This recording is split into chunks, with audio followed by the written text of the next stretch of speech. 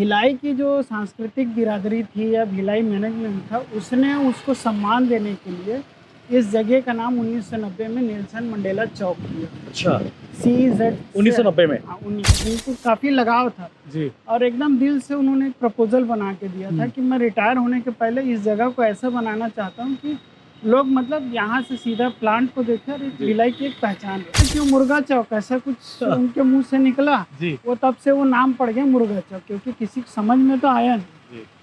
मतलब मुर्गा चौक की जो देन है वो स्टील की स्ट्रक्चर थे, वो भी भिलाई स्टील प्लांट का ही था। और वो स्ट्रक्चर में ऊपर में ऐसे चिड़िया उल्टी लटकी हुई, अच्छा, ऐसे चारों तरफ चिड़िया उल्टी लटकी हुई जी। तो जैसे चमगादड़ की तरह। हाँ, वो चिड़िया उल्टी लटकी, वो शायद वो दिखाना चाह रहे थे स्टील की उड़ान।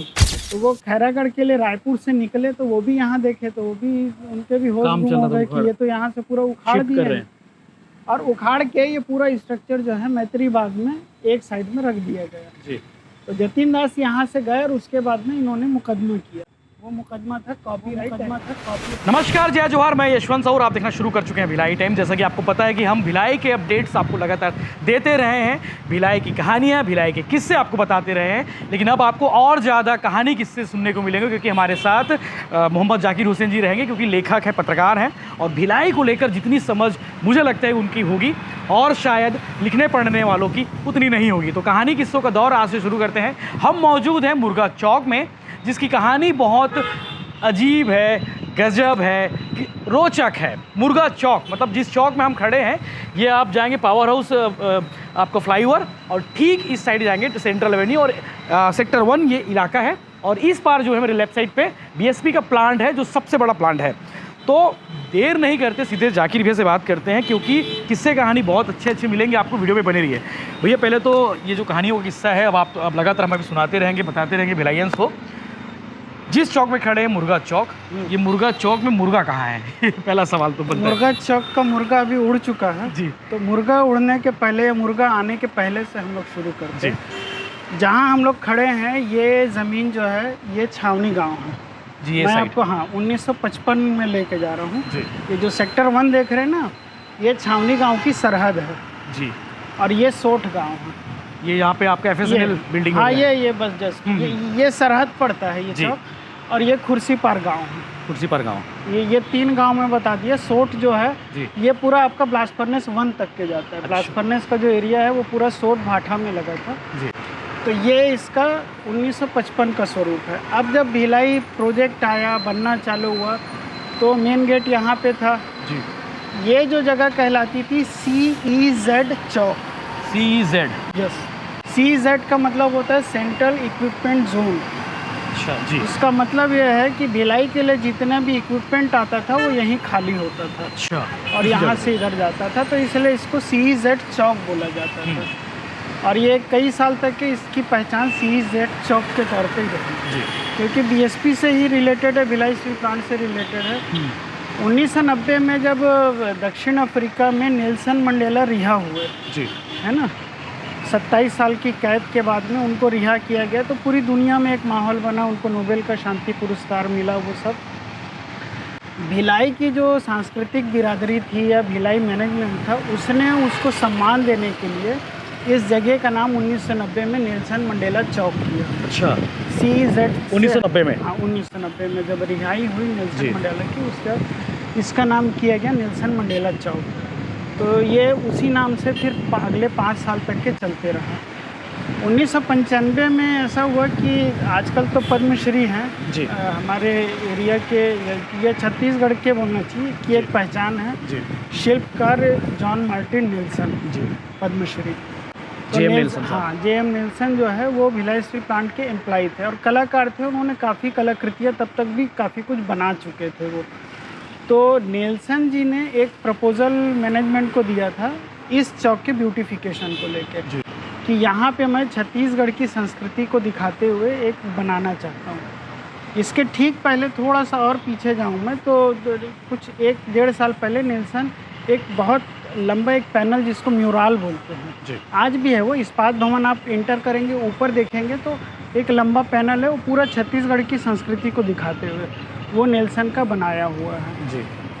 उसी को और वो विस्तार देना चाहते थे। और यहाँ पे ये जगह उनके मतलब बड़ा उनको काफ़ी लगाव था जी। और एकदम दिल से उन्होंने एक प्रपोज़ल बना के दिया था कि मैं रिटायर होने के पहले इस जगह को ऐसा बनाना चाहता हूँ कि लोग मतलब यहाँ से सीधा प्लांट को देखें और भिलाई की एक पहचान रहे।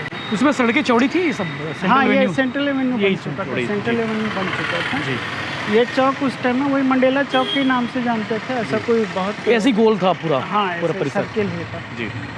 तो लेकिन अब उसको चाहे जब आप जो भी बोलिए, प्रांतवाद बोलिए या जो जैसा बोलना बोलिए, तो उस टाइम के मैनेजमेंट जो है उसने उड़ीसा से प्रख्यात कलाकार हैं जतिन दास जी, उनको मौका दिया। नेल्सन को मौका नहीं मिला, उससे वो दुखी होकर बाद में फिर उपेक्षित हो गए वो। हाँ, बीएसपी छोड़ भी दिए थे, वो अलग कहानी है।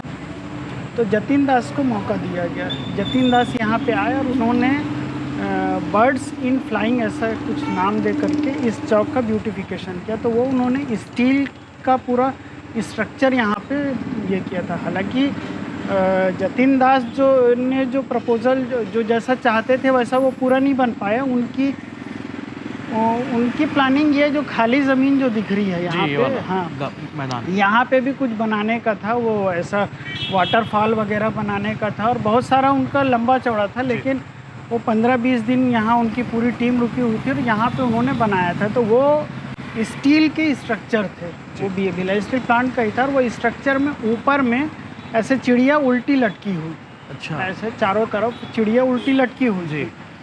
तो चमगादड़ की तरह, हाँ, वो चिड़िया उल्टी लटकी, वो शायद वो दिखाना चाह रहे थे स्टील की उड़ान। अच्छा, स्टील की, हाँ, स्टील जो है मतलब भिलाई का जो स्टील है वो आसमान छू रहा है, उसकी उड़ान जो है वो कहाँ तक है, ऐसा कुछ। अब चूंकि वो मॉडर्न आर्ट होता है और आम आदमी के समझ में नहीं आता है जी, उसको कलाकारी समझ सकता है जो उससे जुड़ा हुआ है। तो बहुत सारे लोग यहाँ से जाने में जिज्ञासा होती थी कि चिड़िया लटकी हुई है, ये क्या है ये स्ट्रक्चर करके। तो अब उस टाइम में प्रेम प्रकाश पांडे जी विधायक, हाँ, विधायक थे।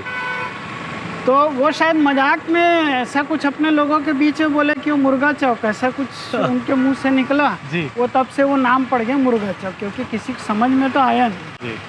मतलब वो मुर्गा चौक की जो देन है वो पांडे जी की देन है। हाँ, वो पांडे जी, वो जो नामकरण जो है पांडे जी के मुँह से निकल गया। और ये अघोषित नामकरण है ना, कोई अभी घोषित नहीं है, ऑन रिकॉर्ड कहीं नहीं मुर्गा चौक। नहीं, वो तो बर्ड्स इन फ्लाइंग ऐसा उसका नाम था जी, है ना। तो वो मुर्गा चौक नाम पड़ गया, तो ये मुर्गा चौक चलता रहा। अब क्या हुआ कि बदलाव कैसे आया, 7 मिलियन टन एक्सपांशन प्रोजेक्ट आया भिलाई स्टील प्लांट का जी, जिसमें प्रोडक्शन कैपेसिटी 4 से 7 होना है। तो उसका जब ब्लूप्रिंट बना, उसका जब सारा वो बना, तो उसमें फिर 3 फ्लाईओवर का भी उसमें वो किया गया प्रपोजल। हाँ, प्रोविज़न था 3 फ्लाईओवर का। तो एक फ्लाईओवर ये वाला जहाँ पे हम खड़े अभी, हाँ, जहाँ पे हम खड़े हैं, हालांकि ये अभी भी बंद है जी, कुछ दिन चालू हुआ था। हाँ, ये इसकी भी बड़ी लंबी चौड़ी कहानी है और अभी बीएसपी और संबंधित ठेकेदार अभी कोर्ट कचहरी कर रहे हैं, वो एक अलग बाद में बताएंगे इनकी कहानी। हाँ, वो अलग कहानी है। तो ये फ्लाईओवर जब आया तो बीएसपी ने जो जिन लोगों को डिसमेंटल करना और जगह साफ करने का जो काम दिया गया था जिस डिपार्टमेंट को, उसने बहुत गंभीरता से नहीं लिया, या उन लोगों ने सोचा भी नहीं था कि ऐसा भी आगे कुछ हो सकता है जी। उन लोगों ने अपनी गाड़ी लगाए और पूरा स्ट्रक्चर को क्रेन से और जैसा होना उखाड़ने लगे, पूरा निकालने लगे जी। संयोग से जतिन दास का कोई एक विद्यार्थी बोलिए जो भी रहा होगा, कोई परिचित, वो यहाँ से गुजर रहा था जी। उसने देखा कि क्रेन लगी हुई है और पूरा स्ट्रक्चर जो है वो उखाड़ा जा रहा है। उसने वो जतिन दास को फ़ोन किया जी।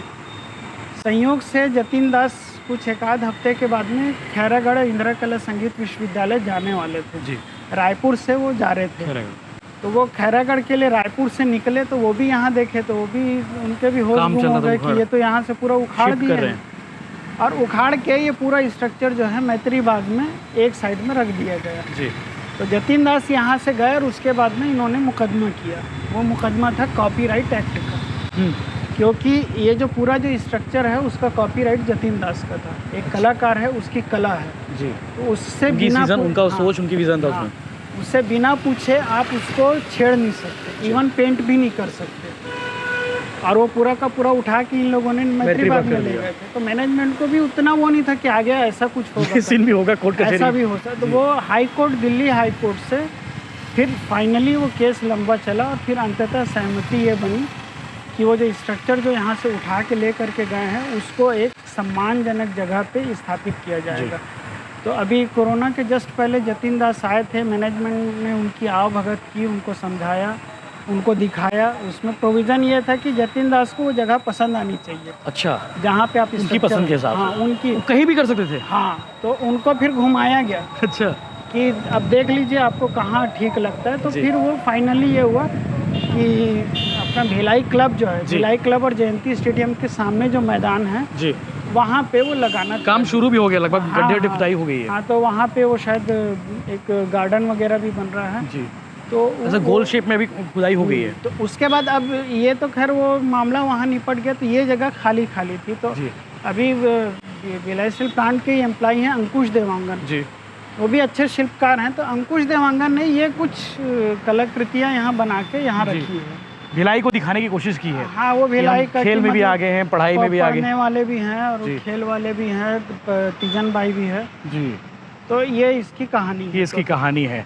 और फिलहाल जतिन दास जी केस जीत चुके हैं और उनका स्ट्रक्चर वहाँ तैयार हाँ, हो रहा हाँ, है। तो वो जो पहले उड़ती जो चिड़िया थी वही लगेगा वहाँ पे कि सब कुछ और? सब वही लगेगा, वही लगेगा, कोई छेड़खानी नहीं होगा उसमें। उनका कॉपीराइट है ना, उनके उसमें। कॉपीराइट है, मतलब उनके यहाँ पास में पूरे फोटोग्राफ है, उनके पास में सब कुछ है, बनाने के दौर का सारी चीज़ें हैं। तो वो तो एक कलाकार की कला है, वो कला है। ना। आपको आम आदमी को समझ में आए मत आए वो अलग मामला है, जी, लेकिन वो एक कलाकार है और पद्म विभूषण है, वो विभूषण है, जतिन जी। दास जो है। तो देखिए, मतलब मुर्गा चौक की जो कहानी है, यहाँ तो ना कभी मुर्गा लगा था ना कभी मुर्गा था, लेकिन लोग कहते हैं मुर्गा चौक। एक्चुअल इसका जो नाम है भैया वो CZ वाले के बाद नेल्सन मंडेला चौक हुआ, हाँ, तो वही नाम है अभी ऑन रिकॉर्ड। नहीं, अब बदलते गए। बदलते गए। मुर्गा चौक एक पहचान। बिल्कुल, छावनी गांव और सोड गांव के बीच में ये सरहद होती थी और मुर्गा चौक इसे कहने लगे लोग। तो आज भी लोग मुर्गा चौक कहते हैं। लेकिन जो स्ट्रक्चर यहाँ पे था वो स्ट्रक्चर आपको जयंती स्टेडियम के पास में भिलाई निवास के सामने देखने को मिलेगा। तो हम आपको लगातार इस तरह की कहानी किससे बताते रहेंगे, बने रहिए भिलाई टाइम्स के साथ में। आगे भी आप ये जरूर बताइए कि अगला जो कहानी है, अगली जो कहानी है वो कौन से चौक, कौन सी इमारत और भिलाई की कौन सी जगह की होनी चाहिए, ये कमेंट करके जरूर बताएं। जाकिर भैया और मैं उस पर जाके स्टोरी करेंगे।